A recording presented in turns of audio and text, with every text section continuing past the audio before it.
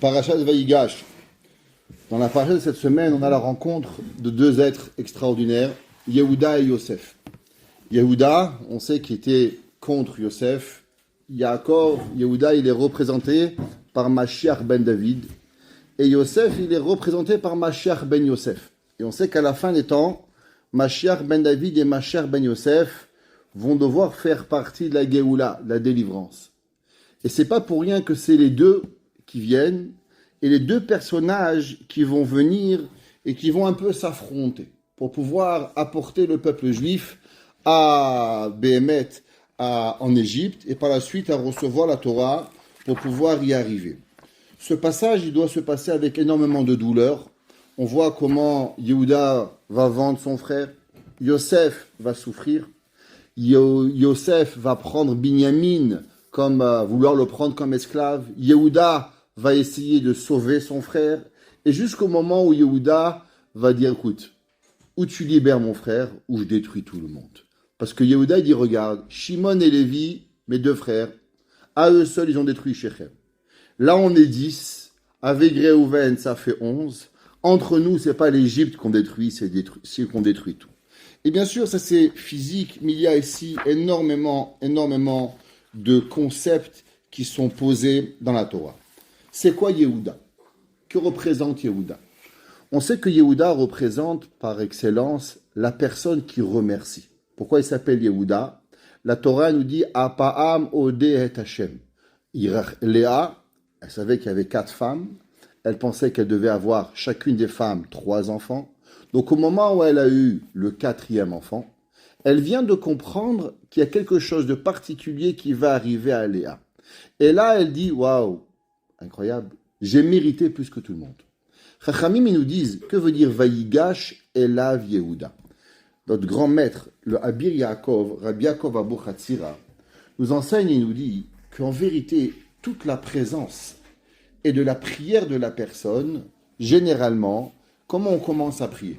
Baruch Ata Hashem Magen Avraham, Baruch Ata Hashem Mechaye Metim, Baruch Ata Hashem Ha'el HaKadosh, et après, on demande nos demandes, Atachonen. Les 3 premières brachot sont basées sur d'abord que Kadosh Baruch Hu nous protège, que Kadosh Baruch Hu nous guérit, que Kadosh Baruch Hu nous fait vivre tous les jours. On sait que c'est marqué dans la prière Baruch Ata Hashem Mechaye Metim. Pas marqué Baruch Ata Hashem Yechaye Metim. Quelle différence? Mechaye, c'est au présent.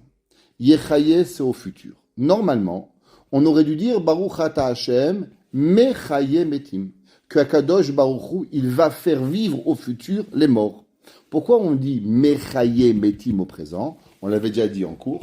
À cause que Akadosh Baruch Hu, chaque jour, il nous donne la chance de vivre, de respirer. Vous savez, ceux qui ont fait les cours de CPR, ils savent juste comment faire passer l'oxygène dans le corps d'un homme, d'un enfant, quand vous faites CPR. Il n'y a rien de plus difficile. Et pourtant, tous les jours, on respire avec tellement de facilité, sans même se poser la question, est-ce que l'oxygène y rentre? Est-ce que les poumons y sont gonflés? Est-ce que tout va bien? Baruch Ata Hashem Mechaye Metim. La base la plus importante dans la vie est le Chovot Alevavot dans Sha'ar Rabechina. Il écrit et il dit que toute la raison pourquoi l'homme y faute, c'est que l'homme, il perd l'absence de remercier Dieu. Pourquoi on oublie de remercier Dieu? Et pour ça, il y a 2 facteurs. Le premier facteur, c'est les soucis. Chacun de nous, on a des soucis, on a mal au pied, on a mal au dos, on a notre mari, notre femme, nos enfants, les soucis de la vie du quotidien. Et nos soucis nous font oublier de remercier Dieu. Et la deuxième chose, c'est l'habitude. On pense qu'on se lève tous les jours, on mange tous les jours, on boit tous les jours, et du fait que tous les jours de notre vie, on a cette facilité, alors on perd la finesse d'apprendre à remercier Akadosh Baruch Hu. Il dit, le Rabbi Yaakov Abou Chatzira, que veut dire Vayigash Elav Yehuda? Pour pouvoir arriver à remercier, il faut avoir un contact avec Akadosh Baruch Hu. D'abord, il faut avoir une préparation. La prière, comment ça fonctionne, la prière? La prière, c'est pas juste on vient, on prie Hachem. Les gens, ils viennent, ils sont là, donne-moi 2 minutes, je prie. C'est comme ça que tu vas prier Akadosh Baruch Hu. Avoir à prier, la Gemara dit, Chassidim Arishonim Ayushoim Sha'achat Ifnet Filatam. Les premiers sages, ils se mettaient 1 heure de préparation avant de venir et de commencer à prier. Qu'est-ce que ça veut dire? Qu'est-ce qu'il faisait pendant 1 heure avant? D'abord, avant de prier à Dieu, est-ce qu'une personne, elle prend conscience? Qu'est-ce que tu vas demander à Dieu aujourd'hui? Tu veux la parnassa? Tu veux la santé? Qu'est-ce que tu veux à Kadosh Baruch Hu? Il faut venir avec une préparation de quelques minutes pour pouvoir prier. Tosfot, dans Masechet Berachot, il dit, la prière de Mincha, vous savez que généralement on fait Ashrei, et après on fait la Shemona Esrei. Pourquoi on fait le Ashrei avant Mincha? Pourquoi on ne fait pas juste la Shemona Esrei? Pourquoi on a rajouté cette prière de Ashrei avant de prier Mincha? Tosfot, il dit la raison, à cause qu'un homme ne peut pas venir se présenter devant un Kadosh Baruch Hu. Hachem, donne-moi, Hachem, je veux. Ashrei Yoshve Vetecha. Louange à Kadosh Baruch Hu. Teila et David, Arun Chala, prie à Kadosh Baruch Hu. Prends 1 minute d'attendre, d'arrêter ta vie avant de prendre à Kadosh Baruch Hu. Il dit Rabbi Yaakov, Vayigash Elav Yehuda. Quand tu veux venir à remercier à Kadosh Baruch Hu, d'abord il faut avoir une connexion. Vayigash, il faut arriver à venir et à pouvoir comprendre qui est Dieu, qui est Kadosh Baruch Hu. L'homme, souvent, il oublie c'est qui Dieu. Il croit que Dieu, c'est un retrait automatique. C'est une caisse automatique, tu mets une carte de crédit, tu mets un code et tu sors. Santé, parnassa, joie, donne-moi, donne-moi, donne-moi, donne-moi. C'est ça Kadosh Baruch Hu. C'est ça Dieu. On raconte une blague que tout le monde connaît. Il y avait un jour un fils d'un Émirat arabe uni, milliardaire. Il a envoyé son fils à Boston, à l'université. Alors bien sûr, le père, il a son fils, il dit, mon fils, tu vas t'installer. Il lui ouvre un compte en banque, il lui livre $1 million dans le compte. Et le fils, il arrive, il achète une voiture, il achète une maison, il s'habille. Bon, il a les études, il avance. 6 mois plus tard, il appelle son père. Bonjour papa, ça va mon fils? Tu vas bien? Baruch Hashem, tout va bien. Hasda Hashem, Baruch Hashem. Comment ça va les études? Baruch Hashem, tout va bien. Au bout de 5 minutes, papa, tu sais, le $1 million, il est fini. Pourquoi mon fils? La voiture, la maison, les études, j'ai payé. Ah ok, pas de problème, tu veux faire un petit transfert? Ouais. L'homme dans la main, il a un petit transfert, il voit $10 000. Il appelle, il dit, papa, il n'y a que 10 000. Il dit, rappelle-moi demain. Ça veut dire que le père, il a compris qu'il lui a mis $1 million. 6 mois, l'enfant, il n'a pas payé son père. Le roi, l'homme, il comprend. Hachem, c'est pas ça. Combien de fois tu vois Kadosh Baruch Hu? Souvent, les gens, ils voient que Dieu à cause que Kadosh Baruch Hu, il leur donne. Mais est-ce qu'ils remercient Hachem pour ce qu'ils ont? Il y avait un jour un homme, tout le monde connaît, il s'appelle en Israël, il guérit des milliers de personnes. Il a une association, il a plusieurs doctorats pour pouvoir guérir beaucoup de malades. Il a des doctorats honorifiques qui s'appellent le Führer, le Rav Führer. Et un jour, il y avait un Américain qui a voulu donner à ce Rav Führer beaucoup d'argent. Alors il lui a dit, je voudrais vous rencontrer. Le Rav lui a dit, regardez, j'aimerais bien, mais j'ai pas le temps. Chaque seconde de ma vie, elle est chronométrée. Et chaque seconde que je perds, c'est vraiment un malade en moins à guérir. Il dit, mais je veux vous rencontrer. Il dit, si vous voulez me rencontrer, venez demain matin, moi je prie au Kotel, et au Kotel on va prier ensemble. Pas de problème. Alors ils se sont donné rendez-vous, les deux, à venir au Kotel et à prier ensemble. Et les deux, ils arrivent, un homme milliardaire, et le Rav Führer prient ensemble. Et devant, ils voient un homme en train de pleurer. Mais de pleurer. Il déchirait le cœur. Alors le Rav Führer, il dit, regarde, en face de nous, il y a un homme qui pleure. Il a sûrement un problème. Généralement, les gens pleurent pour 2 choses. Parnassa ou santé. Là, on va faire un deal. Si c'est la parnassa qui veut, toi, tu remplis sa demande. Et s'il a un problème de santé, moi, je m'en occupe. Et on lui enlève les pleurs. Elle dit, deal, il est fait. Alors, ils vont le voir, et le gars, il vient, il fait, hé, mon coco, t'as un problème, je peux t'aider? Non, Baruch Hashem, tout va bien, laisse-moi tranquille. Le gars, il dit, regarde, il veut pas mon aide. Il revient le voir et dit, regarde, je suis millionnaire. Je peux te donner tout ce que tu veux. Juste demande. Il dit, non, il n'y a pas de problème. Laisse-moi tranquille. Alors le Rav Führer, il dit, Rabbi, il ne veut pas de mon aide. Alors il va le voir et il dit, monsieur, je suis le Rav Führer. T'as un malade? Je peux te guérir. Je peux t'aider. Il dit, non, tout va bien. Il dit, mais je ne comprends pas.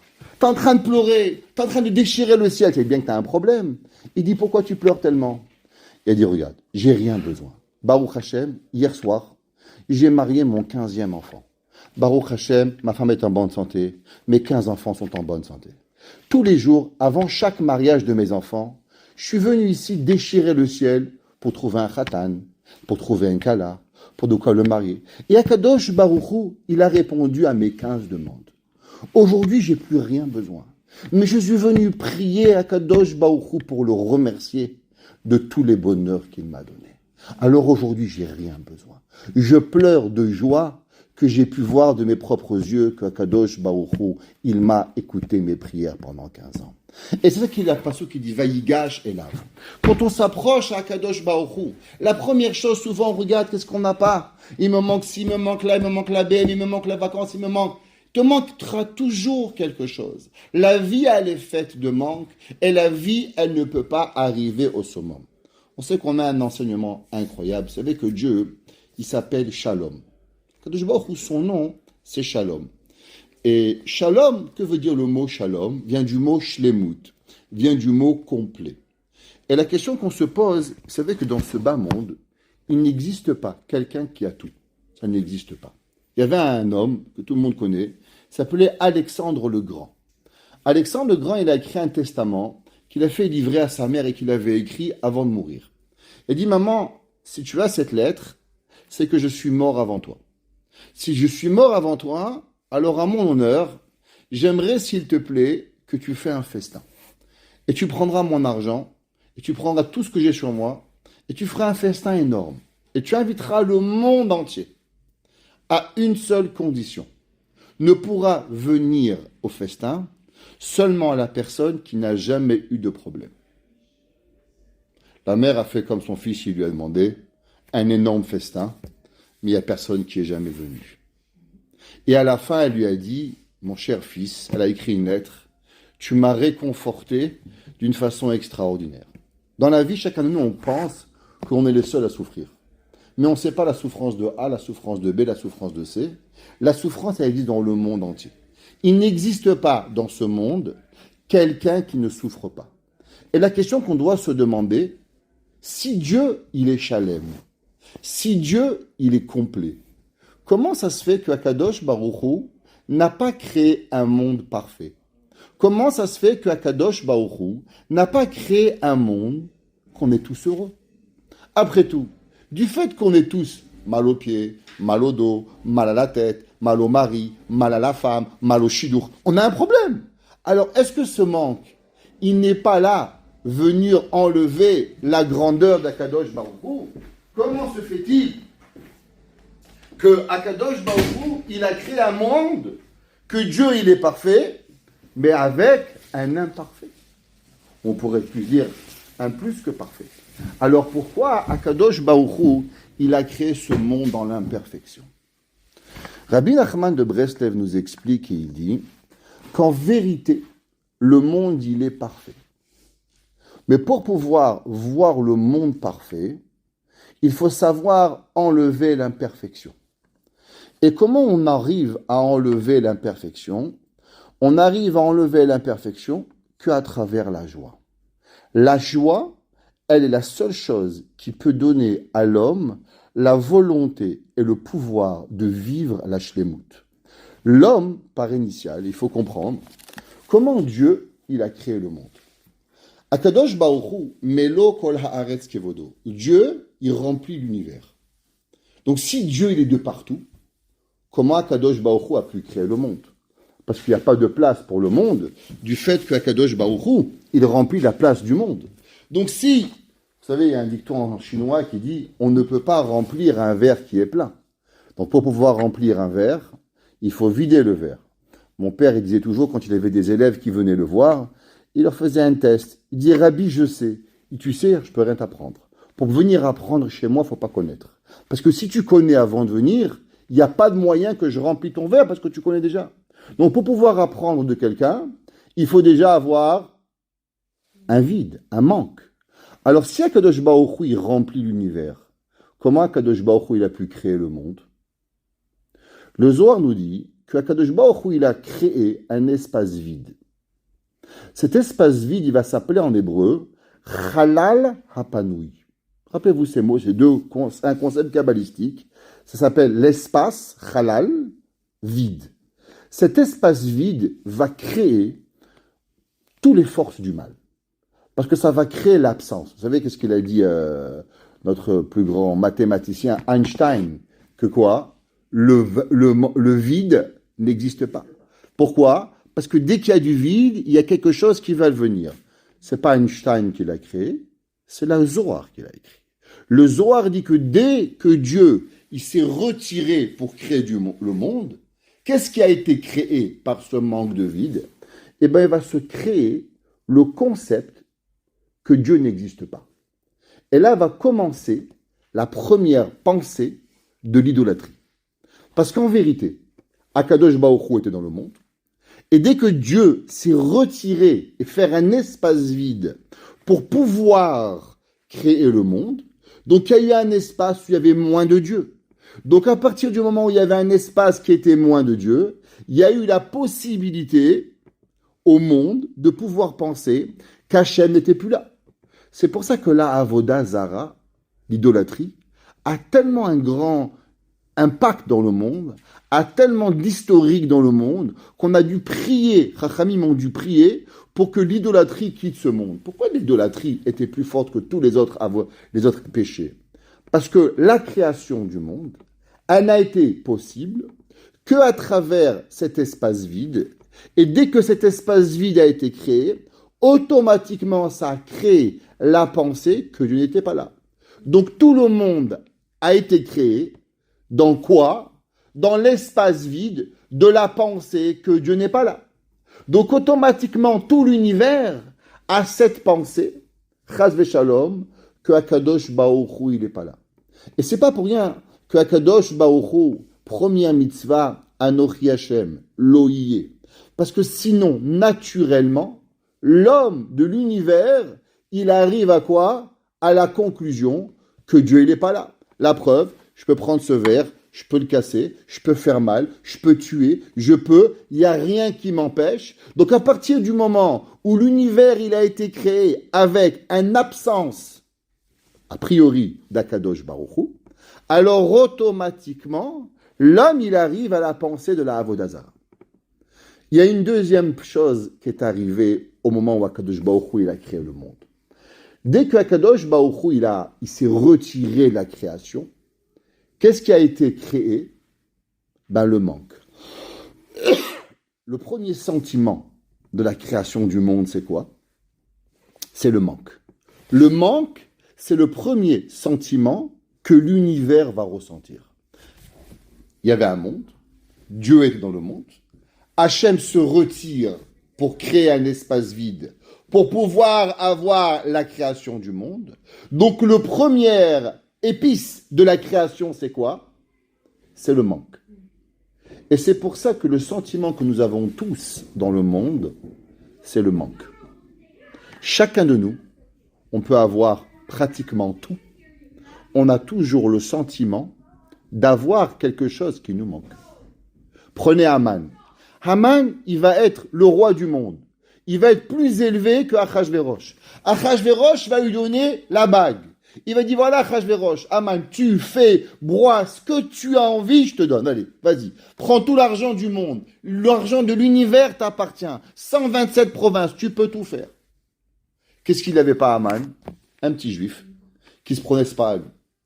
Et qu'est-ce qu'il dit Haman? Tout ça, ça m'intéresse pas. Je comprends pas. Tu as 8 milliards de personnes qui se procèdent à toi. Il y a un petit juif, un petit rabbin. Ça va, déménage. C'est que ton problème. Prends l'avion, on va habiter à Miami, tu vas pas le voir. Haman, il a dit, Vicholze, Eneno Shaveli. Tout ça, ça ne me vaut pas la peine. Qui c'est qui avait tout dans le monde? Adam Arishon. Adam Arishon avait tout. Dieu dit, regarde mon fils, il y a un arbre, je ne sais pas ce que c'est, des pommes, des oranges, on ne sait pas trop ce que c'est. Mange tout l'univers. Mange tout. Juste celle-là, tu ne manges pas. Qu'est-ce qu'il a fait à Adam Arishon? Il est parti, il a mangé, je ne comprends pas. Tu peux tout manger. C'est compliqué de ne pas manger. L'homme, il ne peut supporter qu'il lui manque quelque chose. Parce que le manque, il fait partie intégrale de l'homme. L'homme ne peut tout avoir parce que l'homme, il a été créé dans un système de manque. Si c'est comme ça, alors est-ce que le monde est imparfait? Chazé Shalom, Akadosh Baruch Hu, il n'aurait pas pu créer un monde différemment? Comment c'est possible que Akadosh Baruch Hu va créer un monde qui serait quelque part dans l'imperfection, qu'on ne pourrait jamais arriver à la perfection? Rabbi Nachman de Breslev, il dit, c'est vrai, Seulement, Kadosh Baruch Hu, il a créé un monde où dans ce monde, il y a quelque chose que l'homme peut vivre dans l'imperfection. Et ça s'appelle le remerciement et la joie. Prenons le kaas, prenons les nerfs. Tout le monde y est nerveux. Seulement, Chachamim nous dit, le Rav Wolbe, vous voyez sûrement du Rav Shlomo Wolbe. Le Rav Shlomo Wolbe, c'était le penseur du XXe siècle, Mashgiach de la Yeshiva de Kol Torah. Et le Rav Wolbe, il dit, toute personne qui est nerveuse, il n'y a qu'une seule chose qui lui manque, c'est la Emouna. Plus on a la Emouna, et plus on a moins de kaas et moins de nerfs. On va raconter deux histoires. Il y avait un jour un élève qui est parti voir son maître, il lui dit, Rabbi, j'ai plus de vie. Je suis tellement nerveux. Ma femme, elle fait tomber un verre. Mon fils, il dit un mot. Mon beau-père, au travail, je suis une boule de nerfs. Une boule de nerfs. Et en vérité, celui qui souffre le plus, c'est moi. Bien sûr, je fais souffrir ma femme, mes enfants, tout le monde autour de moi. Mais moi, vous croyez que je suis heureux? Je suis toute la journée avec ce sentiment. Je m'énerve, je regrette, je m'énerve, je regrette, je m'énerve, je regrette. Et j'en peux plus. Je veux trouver une solution à mon problème. Le Rav lui dit, regarde, va dehors. Laisse-moi quelques minutes, je vais réfléchir. Va dehors. En attendant, il y a un autre homme qui rentre voir le Rav. Et le Rav lui dit, regarde, en sortant, prends ce verre d'eau, passe et verse-le sur la tête du gars en face. Il dit, mais Rabbi, vous êtes fou, quoi. Il dit, fais-moi confiance, fais-le. Il dit, mais Rabbi, je vais le pourrir, c'est du Coca-Cola, il va être tout noir. Il dit, écoute-moi, c'est moi le Rav, tu le fais. Ok. Alors le gars, il sort avec le verre comme ça, sans disant qu'il ne fait pas, et il passe, et clac, tu lui verses le verre, et le coca sur la tête, sur la barbe, sur le costume. Khalat, tu lui as mis le costume, une catastrophe. Il dit, vraiment, je m'excuse. Il dit, non, vous inquiétez pas, tout va bien. Il lui s'excuse et il part. Le Rav, il le rappelle, il dit, je comprends pas, t'as reçu un verre de Coca-Cola sur la tête, et tu t'es pas énervé, pourquoi? Il dit, Rabbi, la vérité, je vais vous le dire. La porte était un petit peu ouverte, et quand vous avez parlé au gars, j'ai écouté. Donc je savais que c'était un test que vous m'avez fait. Donc c'est pour ça que je ne me suis pas énervé. Parce qu'en vérité, j'étais prêt et je savais qu'en sortant, il allait me tester. Il allait me mettre le verre d'eau sur la tête. Donc c'est pour ça que j'ai rien dit. Mais croyez-moi, si ça avait été au travail ou ma femme ou mes enfants, yallah, qu'est-ce qu'il aurait reçu? Il lui a dit, c'est vrai, tu as tout bien compris ce qui s'est passé. Seulement tu as juste oublié une seule chose. Que Akadosh Baruch Hu, il y a 3000 ans, il nous a envoyé un SMS. Et il nous a dit, chaque juif, je suis Dieu. Tout ce qui va vous arriver, c'est moi qui décide. Seulement aujourd'hui, tu as écouté à travers la porte. Mais en vérité, Akadosh Baruch Hu, il a déjà donné, il y a 3000 ans, ce SMS. Il a déjà dit que toute la vie, c'est Dieu qui décide. Et la raison pourquoi, toi, tu t'énerves, c'est que tu oublies que Akadosh Baruch Hu, tous les jours, il te dit, mon fils, c'est moi Dieu. T'inquiète pas, tu vas recevoir de l'eau sur la tête, tu vas recevoir un PV, tu vas recevoir A, tu vas recevoir... C'est moi. La personne, elle doit savoir, elle doit comprendre que tout vient d'Akadosh Baruch Hu. Il y avait un jour un rab, il s'appelait Rabbi Isser Zalman Meltzar, le Rosh Yeshiva, la Yeshod Etzraïm en Israël. Il était en train d'étudier avec ses enfants et avec ses élèves. Et sa femme me dit, chérie, je vais juste sortir chercher les enfants à l'école. S'il te plaît, fais attention au lait. Vous savez, je ne sais pas si vous vous rappelez, mais quand on était petit, on devait faire bouillir le lait. C'est pas comme maintenant, le lait, il était pasteurisé. On achetait le lait de la ferme, et on le prenait, on le faisait pasteuriser, et après on le coupait avec de l'eau, et après on faisait le petit lait. C'est toute une histoire d'avoir du lait à la vie Israël. Croyez-moi, il faisait monter, on le faisait bouillir. Et le Rav, il est là, et d'un coup, il étudie, et d'un coup, on entend et il voit que le lait a débordé. Et le lait a débordé, il voit tout le lait par terre, le Rav, il éteint, et là, il dit aux élèves, on arrête la chavrota maintenant. Il dit pourquoi? Il s'est passé quelque chose de très grave, le lait a débordé. Et tout le monde rigole. Il dit, Rabbi, vous rigolez ou quoi? Le lait, il déborde, c'est tout le monde, c'est normal. Moi, je me rappelle chez moi à la maison, chaque fois que ma mère, elle nous disait, attention, surveille le lait, on oubliait. Et le lait, il débordait. Et la maman qui criait, ça tombait sur le truc, le gaz, le khalavi, le bassari, le parterre, ça faisait de la crème. Je vous dis pas. Le Rav dit, non, chez moi, ça n'existe pas que le lait, il se renverse pour rien. Il dit, mais qu'est-ce que ça veut dire, Rabbi, chez vous, ça n'existe pas? Il dit, moi, Akadosh Baruch Hu, s'il fait que le lait, il se renverse, c'est qu'il y a un problème. Il dit, mais quel problème il y a, Rabbi? Il dit, je ne sais pas si ma femme, elle a payé ce matin le livreur de lait. Il dit quoi? Il dit, aujourd'hui, on est le 30 du mois. Et tous les jours du 30 du mois, on paye le laitier. Et ce matin, je suis arrivé en retard à la synagogue et je n'ai pas fait attention de demander à ma femme si elle avait payé le laitier. Alors c'est sûrement que le lait s'est renversé parce que le laitier n'a pas été payé. Et il y a une halakha qu'on n'a pas le droit de retarder la paye de son employé. Alors on arrête la chavruta et je vais voir le laitier. Il va voir le laitier et le laitier dit oui monsieur, ce matin votre femme ne m'a pas payé. Le rav a dit un lait qui se renverse. C'est parce que madame elle n'a pas payé le lait. Pas par méchanceté. Mais ça veut dire que l'homme, il doit comprendre un message. Il n'existe pas dans la vie qu'il n'y a pas une cause à effet. Il se passe quelque chose, il y a une raison pour. La raison, c'est à nous de savoir pourquoi Kadosh Baruch Hu le fait. Seulement, on peut s'énerver contre le lait, on peut s'énerver contre sa femme, on peut s'énerver contre ses enfants, on peut s'énerver contre tout le monde. Mais à la fin, il faut savoir pourquoi c'est arrivé. Il y a un jour un homme, il faisait Tel Aviv, Francfort. Et il appelle, alors à l'époque, vous savez, il y avait des agents de voyage. Il n'y avait pas seulement des applications. Vous n'avez pas connu ça, les jeunes. Mais il y avait un jour des agents de voyage. On appelait, oui, bonjour, j'aimerais aller prendre. Ça prenait du temps. Ils nous rappelaient quelle heure tu veux venir, quelle heure tu veux partir. On recevait un billet qui avait 18 feuilles, qui était énorme. Ça prenait toute une histoire pour avoir un billet d'avion. En tout cas, alors le monsieur, il dit, voilà, tu vas avoir ton billet d'avion pour Francfort. Quel jour tu veux? Il dit, pas de problème. L'avion part à 2h15. Pas de problème. Le monsieur arrive à midi à l'aéroport. Et en rentrant à l'aéroport, il entend qu'on dit « dernier embarquement pour Francfort ». C'est pas possible. Mais l'avion doit partir à 2h15, il est que midi. Et là, il dit « non, l'avion de Francfort part à midi, l'avion de Munich part à 2h15 ». Il ne dit « pas à Munich, je vais à Francfort ». Premier réflexe, un appel à vent de voyage, on lui fait un savon. Alors il va voir la compagnie, est-ce qu'on peut me mettre sur l'avion de Munich? Bop, il le remet à Munich, il le met à Munich, Munich-Francfort, 3 heures de train. Il c'est pas grave, allez, on laisse passer. Et il prend l'avion sur Munich, il arrive à Munich, et là, dans le train, 3 heures de retard. Donc maintenant, il attend 6 heures pour pouvoir arriver à Munich. Qu'est-ce qu'il fait un bon juif? Un bon juif, quand il a du temps, qu'est-ce qu'il fait? Dans la synagogue, il va prier à Kadosh Baruch Hu, qu'est-ce qu'il a à faire? On ne va pas dans les bars, on ne va pas dans les restaurants, on ne va pas dans le cinéma. Alors le juif, un bon juif, il prend ses 2 pieds et il se dirige vers une synagogue. Il arrive vers la synagogue, et à la Beth Knesset, il voit un gars qui pleure. Un gars qui pleure. Il dit, pourquoi vous pleurez, monsieur? Il dit, regardez, moi, je ne suis pas très religieux. Je viens à la synagogue une fois par an pour faire Kaddish pour mon père. Et je suis en vacances à Munich, et je pensais qu'il allait avoir un minyan. Mais je me rends compte qu'il n'y a pas de minyan. Et la seule fois dans l'année où je prie pour mon père, c'est le jour du Kaddish. Alors maintenant, comment je vais faire pour pouvoir me reconnecter avec Dieu? C'est ma seule fois que je viens à la synagogue par année. Même à Kippour, je ne viens pas. Alors le monsieur dit, regarde, tu sais, il y a une autre façon de se connecter pour son papa. On peut faire des Mishnayot, parce que Mishnah, c'est les mêmes lettres que Neshama. Puis on va étudier un petit peu une Mishnah pour ton papa. Alors on dit, ok, j'ai 1 heure devant moi, et les deux s'assoivent. Et ils étudient pendant 1 heure, ensemble, de la Mishnah, pour l'élévation de l'âme du papa. Alors ils étudient, là, il dit, vraiment je me sens bien, tu m'as fait du bien, je me sens bien. Et deux, il part, et le monsieur va à Francfort, et dans la nuit, il s'endort. Dans la nuit, il s'endort et il rêve de ce monsieur qui s'appelait Aryeh Ben Dan. Et dit, regarde, merci beaucoup pour ce que tu as fait, tu as élevé mon âme, et je vais te dire un cadeau.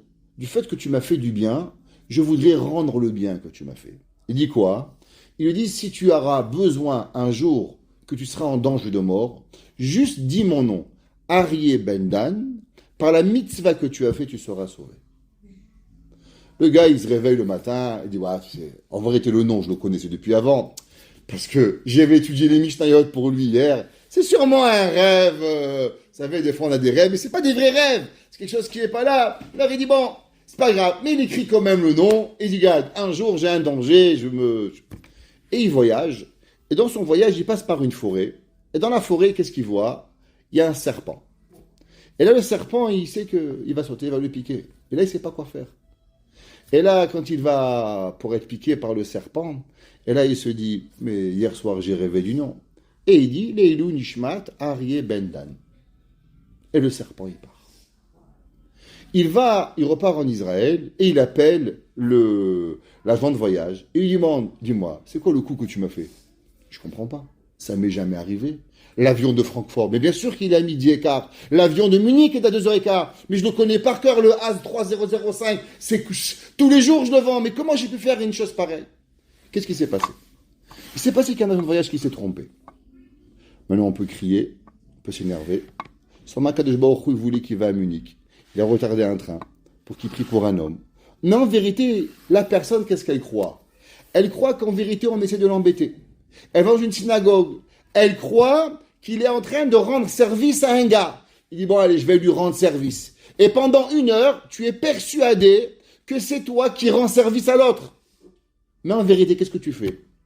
Tu es seulement en train de te rendre service à toi-même. Parce qu'à la fin, qui c'est qui a pu vivre la mort, qui a sauvé de la mort? C'est pas lui qui t'a sauvé, c'est pas toi qui l'as sauvé de la mort, mais c'est lui qui t'a sauvé de la mort. Parce que l'homme, il vit dans un concept de dimion, de fantasme, qui croit qu'en vérité il fait, qu'en vérité toute sa vie il ne fait que prendre. Il y a un jour, mon frère il connaît un monsieur qui est arrivé l'histoire, ils ont même fait un film de ça, mais c'est une vraie histoire. Il y a un monsieur que sa femme, elle lui a donné un jour un paquet de gâteaux. Il rentre dans un avion, et à côté de lui, il y a un autre religieux.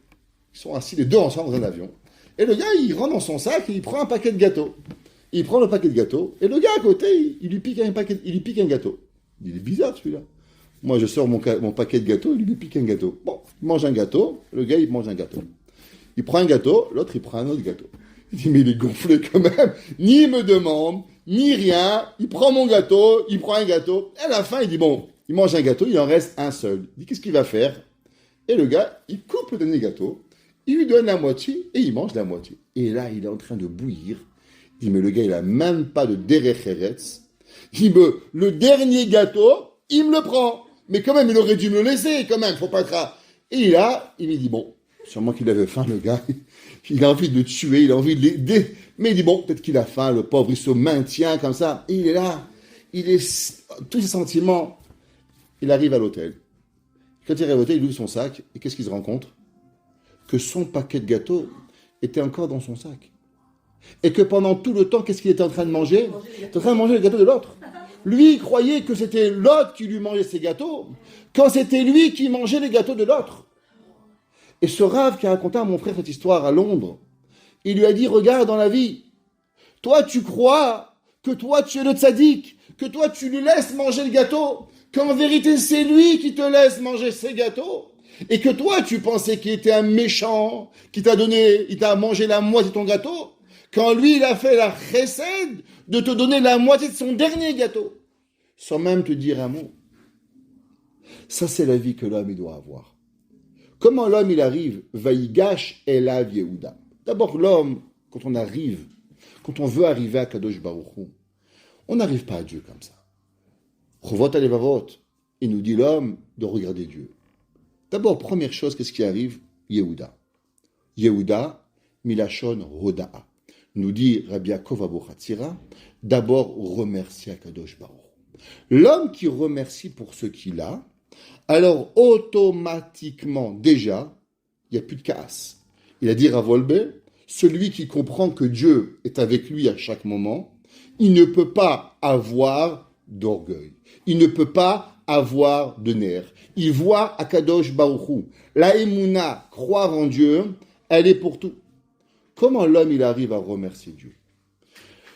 La chose que l'homme il remercie Dieu, la Gemara elle nous enseigne dans Masechet Berachot. La Gemara elle dit que tout celui qui dit le verset, aujourd'hui on l'appelle Ashrei Yoshve Vetecha, mais en vérité c'est pas le psaume. Le psaume il commence pas Ashrei. Vous savez que le Ashrei Yoshve Vetecha, c'est les 2 derniers versets du psaume avant. Le psaume il commence par Tehillah et David. La Gemara dit tout celui qui dit Tehillah et David 3 fois par jour, alors il va arriver au Olam Haba. C'est incroyable. La Gemara dit Kol HaOmer Tehillah et David Gimel Pa'amim Bayom Muftachlo, garantie qu'il va au Olam Haba. Le Maharal de Prague il dit vous savez que dans toutes les religions il y a des bypass, à part dans le judaïsme, ça n'existe pas. On n'a jamais vu un gars qui arrivait au Olam Haba avec un bypass. Ça passe pas. Les opérations ont des bypass, tu veux. Mais à Torah, il faut 613 mitzvot, mitzvot des hommes, mitzvot des femmes, mitzvot des enfants, on doit faire le chesed. Tu dis pas, ouais, moi je fais super chesed, mais je fais pas Shabbat. Ça marche pas. Tu peux pas faire Shabbat et pas tzniut. Tu peux pas faire kashrut et pas Shabbat. Ça marche pas. Tu peux pas, la vie elle est faite d'un ensemble. Toute la Torah, c'est comme dit, moi, monsieur le rabbin, je suis un bon juif. Je fais Shabbat. mais je fais pas de kiboud avahem, je m'occupe pas de mes parents, je fais pas de chesed, t'es pas un bon juif. La Torah, c'est un dans tout. Alors, comment c'est possible qu'on nous dit que tout celui qui dit Tehillah et David, il va au Lamaba? C'est quoi? C'est un joker? Comment ça fonctionne? Il dit le Maharal qu'en vérité, pourquoi l'homme il faute? Pourquoi l'homme il arrive à fauter? Comment on se lève le matin, on dit Modéani, Lefanecha, Melecha, Bekayam? Durant la journée, comment on se lève, on fait des bêtises? Le Maharal il dit, à cause que l'homme il pense que c'est moi qui dirige le monde. Au fond de nous, l'homme il pense que c'est lui qui est la personne, qu'en vérité, tout c'est lui. Ce qu'on appelle en langage hébraïque que l'homme il contrôle tout. L'homme il est là et l'homme il dit c'est à moi. Kochi ve'otsem yadi, c'est moi qui gagne, c'est moi qui fais, c'est moi qui donne. L'homme il est persuadé que c'est lui qui fait tout. Kochi ve'otsem yadi. Qu'est-ce qui est écrit dans Tehillah et David? C'est écrit un verset. Vous savez que la Tefila, il y a un seul verset. Que si vous n'avez pas pensé à ce verset, il faut le répéter. Shema Israël. Et un autre verset.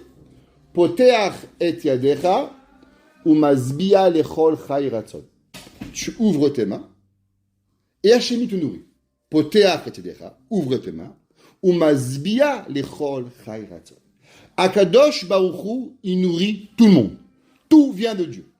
Il dit le Maharal, celui qui n'a pas compris ce verset, 3 fois par jour, matin, après-midi, soir, tu ne contrôles rien. Tout vient d'Akadosh Baruch Hu, alors tu fautes. Mais si tu te rappelles à chaque fois, Poteach et Yadecha, que tu ouvres tes mains et que Hachem te nourrit, alors tu ne vas pas arriver à fauter, donc tu vas arriver au Lamaba. Donc en vérité, ce n'est pas le verset, ce n'est pas le psaume qui est important, c'est quoi?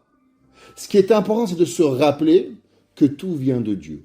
Poteach et Yadecha. Maintenant, si c'est ainsi, toute la forme et la faute de l'homme, elle provient qu'on oublie que dans nous, il doit avoir Dieu. Et c'est pour ça qu'on ne remercie pas Hachem. Qu'est-ce qu'il a dit Yehuda? Vaïgash Elav. Il s'est approché de lui, Yehuda. Et il nous dit le Netzivot Shalom. Qu'est-ce qu'il lui a dit? Vayomer, il lui a dit, Bi, dans moi, Adoni, dans moi il y a Dieu. Parce que dans moi, je ne suis pas tout seul. Quand l'homme, il se rappelle à chaque moment qu'il y a Kadosh Baruch Hu. Quand l'homme, il arrive, il sait que Dieu est avec lui dans toute sa vie, le matin, l'après-midi, le soir, tout ce que tu fais, Hachem est avec toi. Alors automatiquement, Yeda Berna, tu peux parler. Qui c'est qui peut demander à Kadosh Baruch Hu quelque chose? Les gens qui prennent Dieu pour un guichet automatique, ils ne peuvent pas demander à Dieu.